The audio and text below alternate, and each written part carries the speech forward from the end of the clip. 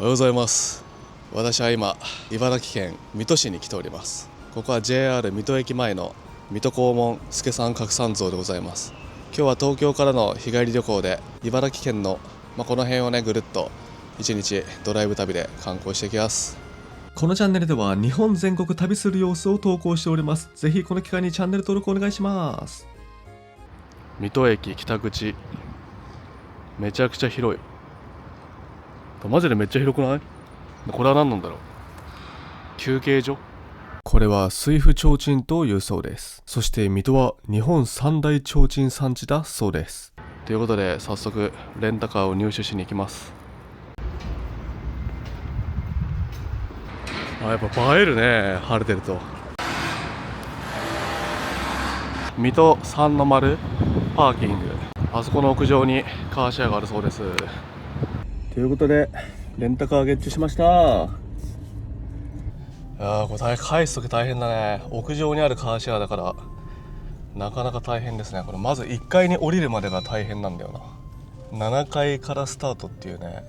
そしてこっから14キロ行ったところに、海沿いに市場がありまして、午前中から営業してるお店とかちらほらありますので、とりあえずですね、海鮮グルメを求めて市場に向かいます。目的地まであと10キロでございます。めっちゃ道まっすぐだね。これは51号か。これずっと100キロ以上まっすぐ行くと千葉。いや、今度また千葉ドライブ旅もするかなとか。来たー。こういう感じなんだね。市場見えてきました。回転寿司と海鮮丼と、定食屋とかいろいろあるらしいですね。これお店選びがね難しいよね。で駐車場はこれまっすぐでいいのか。でこれ入り口でめっちゃ混んでるよ。めちゃめちゃ混んでるけど大丈夫？これ駐車券はございません。やばいね、こんな混んでんだね。やばい、ちょっと舐めてたな。言うて空いてるでしょと思ったら駐車場代も100円なのでだいぶ安いんですよ。やばい、ちょっと想像の100倍混んでた。結構びっくり。到着しました。本日最初にやってきたのは中港お魚市場でございます。その日の朝に水揚げされた新鮮な魚介類をリーズナブルな価格で販売する関東を代表する観光市場として人気で、なんと毎年およそ100万人が訪れているそうです。ということで平日のお昼前から大行列になっているこちらの市場寿司さんにやってきました。受付表に名前を書いて待つパターンなんで店頭に並ぶよりマシかと思ったんですけど、すでに紙が2枚目になっていました。多分1時間以上待ちそうです。お店の前にずっといても時間がもったいないので、とりあえずこの辺をブラブラ歩いてみます。少し歩くと岩牡蠣を発見しました。相方は牡蠣が好きだそうなのでこちらで購入します。ありがとうございます。わあ、めっちゃ大きい。すぐ近くにテーブルがあり、立ち食いスタイルでいただきます。いただきます。でかい。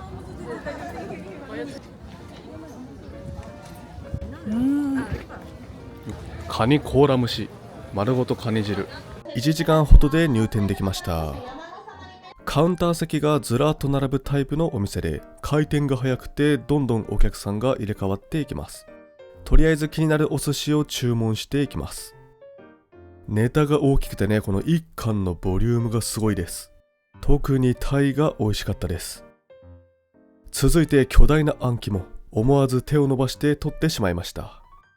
からの赤エビ、でかいだけじゃなくてね、しっかり美味しかったです。ちなみにカツオも美味しかったです。お寿司はやっぱり最高です。いやー、すごい混んでたね。でもこの駐車場の街がすごくない？信号の奥まで渋滞になってるわ。いやー、すごかったね、市場寿司。でも回転早かったね。あんなにお客さん待ってたけど、で先に名前を書いてから市場ブラブラ散歩してって感じなので、体感はそんな待ってないんですけど、びっくりした。金曜日でさ、平日でこんな混むんだっていう。だから平日なのに駐車場満車ってすごいね。土日はもう無理ですね。これ100円なんですよ。めちゃめちゃ安いね。4時間まで100円ってすごい。いやー、腹ごしらえもしたことですし、食後の運動がてらビュースポットに行きますか。車があればね、この海沿いドライブして、パパーっと、10キロずつくらいで観光スポットとかこういう市場とかあるんでね、日帰りとかでもね全然いいっすね。そして見えてきました、日立海浜公園西駐車場。確かね西駐車場から行けば見晴らしの丘だっけ、あそこが近かった気がするんですよね。で今はちょうどですね、4月の3週目くらいかな、ネモフィラの時期でめっちゃ混んでますね。駐車場600円取るのにさ、こんな混んでるのすごいわ。とんでもない混み方をしております。よいしょい。食後の運動があったら歩きますかね。駐車場が広すぎてね、この入り口がどこか分かんないっていうね。無事に到着しました。駐車場から10分ほど歩きました。入場料金は大人1人800円でございます。入ってすぐにフォトスポットがありましたが、混みすぎていたので諦めてしまいました。すごい、こんな屋台キッチンカーがいっぱいあります。看板あるよ、ほら、見晴らしの丘ネモフィラ。こっから11分だからそこそこ歩くね。さっきみたいに寿司食べてからこっちもいいけど、そのままここでもう半日ずっといるっていうのもいいんじゃないですかね。団子とシュガーバタークレープ、うまそう。やっぱ名物の干し芋を食べとかないと。すごい、干し芋日本一。ペイペイも電子マネーもクレジットカードも使えます。お店の方におすすめされて丸干しの干し芋を購入しました。干し芋以外には名物の納豆も売っております。こんな感じで納豆のフォトスポットもありました。フードコート的な場所もありました。この辺はね、食べ物に困ることはなさそうでしたね。見晴らしの丘ネモフィラ徒歩8分。駐車場からねやっぱ結構歩くね。海浜口からだと海浜口までが18分ってことか。ネモフィラ見るだけでも1時間ぐらい見た方がいいですね。この時期に来るとこんな混むんだね。前回来た時はね3月だったからね、人も全くいなかったしね。まずキッチンカー1個もなかったからね。おお、まだこれが中間地点くらいじゃない。だいぶ歩いてきたけどね、すごいね。こっちにもキッチンカー。ここから、見晴らしの丘まであと4分だ。ネモフィラより人の方が多いぐらい混んでんじゃないこれ。こんな遊歩道もあんだね。記念の森散策路。こっから見てもすでにもう青いね。すごい、こっから見ても青さがわかるね。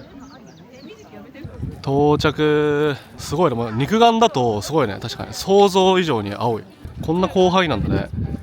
見晴らしの里。へえ、すごい。おお、すごっ。一番上からこっち見るのが一番綺麗なのかな。人の数もやばいね。ギザギザした道を上まで登ってって感じか。へえ、こんな青いんだね。一旦近く見た後にこう引いてみるとすごいわ。ここでもすごくない？この黄色とさ青の境界線。でもやっぱここのさ、この辺がやっぱすごいわ。ここの人の動きもすごいけど、このギザギザの感じと、これはすごいですわ。ネモフィラは毎年11月頃に畝幅20センチ間隔で種まきを行っているそうです。おお、すごい。一番上から見るとまた違うのかな。でもこれ上の方はちょっとこの辺は緑色になっちゃってるね。こっちはあんま咲いてないね。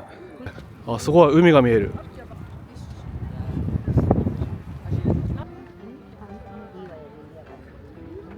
こうやって見ると歩くのをためらうくらいたくさんの人が歩いております。しかしせっかく来たので一周してみます。人がいない瞬間を狙って記念撮影するのがとても大変でした。あ、ここすごいわ。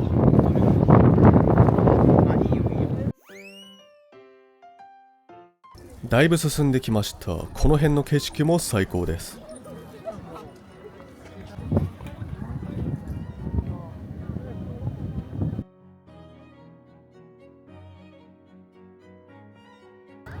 結局この一番下から見た方がこのなんだろう、圧倒的な迫力あるわ。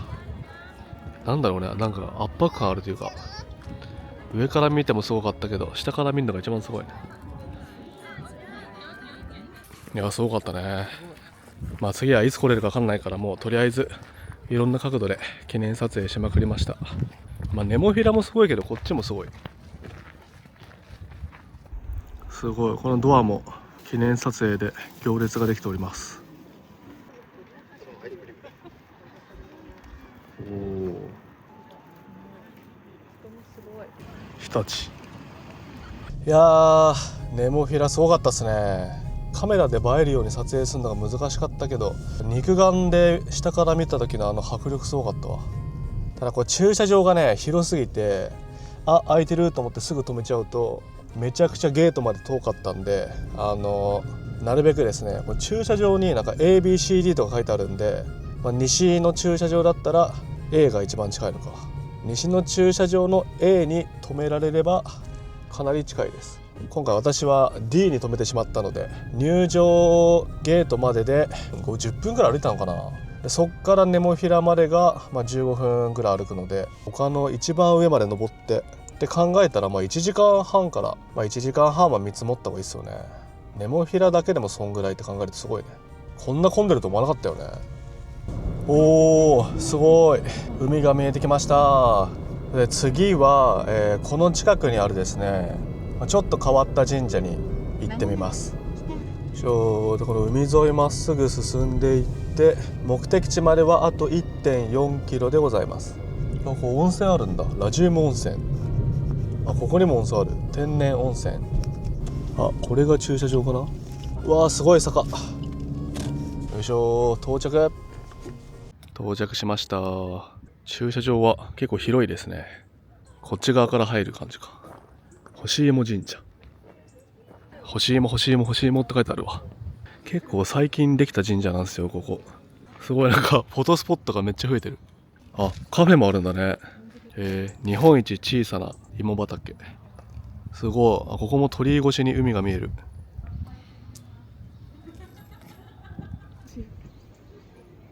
星芋。すごいね。なんでこれ2列なんだろう。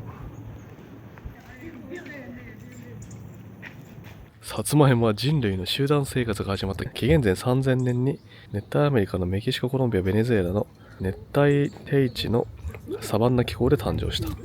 2年ぶりに来たんですけど、なんかいろいろ増えてました。よし、これ画面用意する。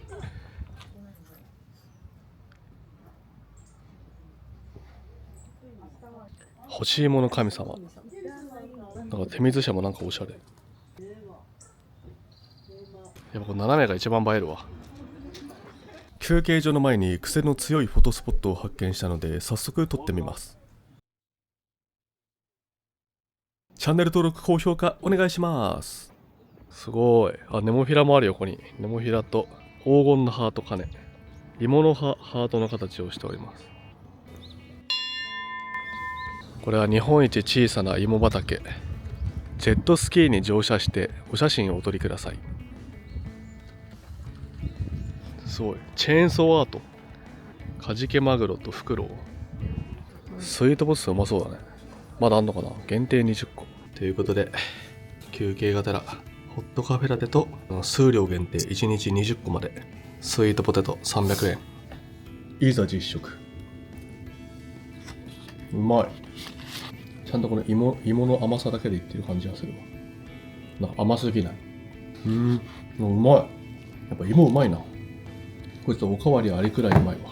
からのさっき買った干し芋をちょっと一切れだけ食べようかな。そして丸干し食べてみようかね。いただきます。確かに初めて見るこの丸いの、分厚い。うまいね。なんか新食感。なんか干し芋の硬さはないけど、なんかスイートポテトと干し芋の中間というか、なんか今までにないタイプの。これうまいね。干し芋もうまいけど、干し芋の硬さが苦手って人はこっちの方がハマるかもしれない。続いて干し芋。茨城のね、干し芋ほんとうまいんだよね。丸干しもうまかったけど、なんだかんだやっぱこのシンプルな干し芋が一番うまいかもしれん。マジうまいな。いや、紅はるか干し芋おすすめです。めっちゃうまい。スイートポテトと丸干しと普通のこの干し芋、これがやっぱ干し芋が一番うまいかも。でもスイートポテトと丸干しも普通にめっちゃうまかったけど、やっぱこれうまいわ。一切れだけ食べようと思ったけどさ、結局全部食べちゃうっていう。止まんない。次の目的地も神社でございます。そしてまた海沿いに出ました。これ左入っていくと水族館があるらしいですね。波荒いわ。すごいすごい。ずーっと駐車場が続いてる。大洗パーク、すごいね波。よいしょ。やっぱ混んでるね。続いての目的地に到着しました。全然知んなかった。ここから道つながってたんだね。この大洗公園の駐車場から来るとこんな感じで鳥居の目の前まで行きます。でここの鳥居がなんか神秘的というかすごいんですよ。この荒波と鳥居のコラボが大迫力ですごいんですよ。すごいね波が。波しぶきと鳥居を一緒に撮るのが難しいねこれ。ここに展望台あるんだね。岩場へ登ることは禁止です。これ乗り越えてさ登る人がいるんだ。タイミングがねすごいね。こことかやばい。おおやばい。お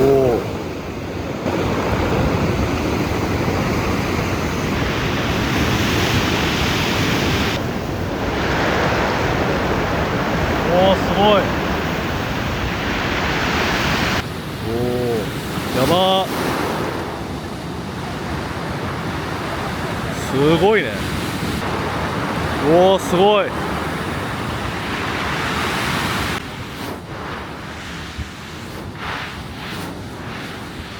すごいめっちゃでかい鳥居。ということで大洗磯崎神社を参拝します。とても歴史のある神社で創建は平安時代だそうです。めっちゃ石積まれてんね。上にも乗っかってる。